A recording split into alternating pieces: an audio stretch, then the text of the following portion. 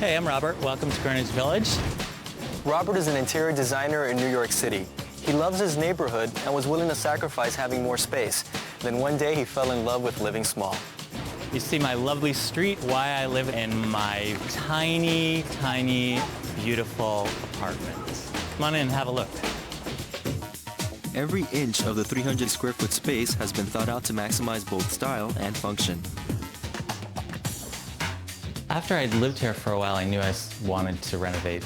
I was sort of the shoemaker without any shoes for too long, so I decided that it should be a little jigsaw puzzle because everything needed to fit. Size matters, but I think small. I love small everything, just small things that work well. The space is so small that the living room is also the office. So at first this might just look like a bookcase, but it's really many rooms hung on the wall.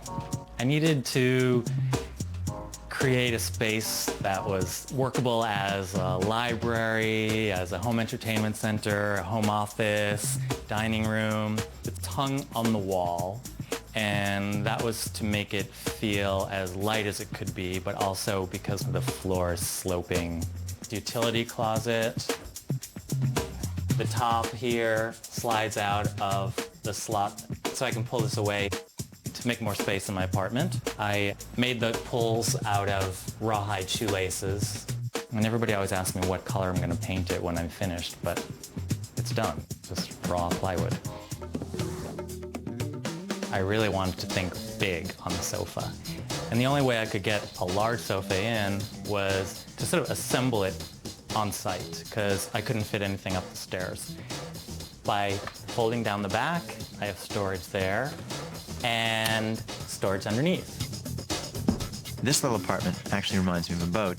He's built himself a nice big sofa, but he's used every other single space, underneath and beside. In fact, no space is unused. So I have a bookcase on either end of the sofa on the right side, sort of like a side table, and on the left side, it creates the barrier for my grand foyer. About 10 steps from the foyer is a kitchen with all the essentials.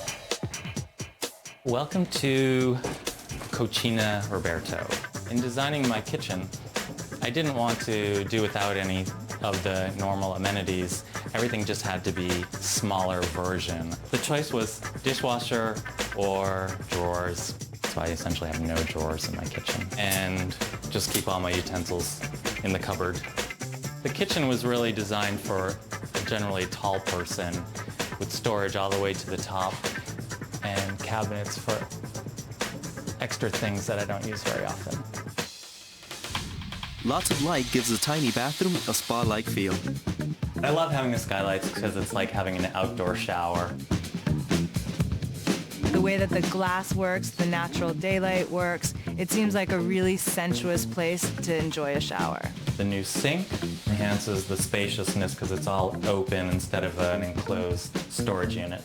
The bamboo encases the steam pipe, which is my only source of heat in the bathroom, but it also was a source of burns on my arm. So I had to figure out a way to enclose it, but something that looks beautiful. The bedroom is actually a bed nook. Even though the bed is surrounded on 3 sides, it still isn't claustrophobic. The mattress is sort of floating above the floor, and I have the little storage area for a nightstand.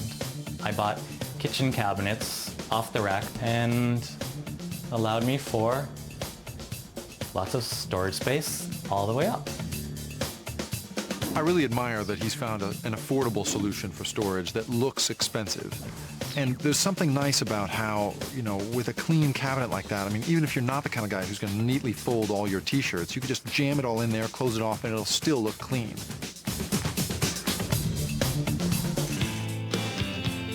The hardest thing about living in a small space is that it's a small space and you can't get away from yourself. So I just think it's one of the challenges of being satisfied with the space you have and making it work for you.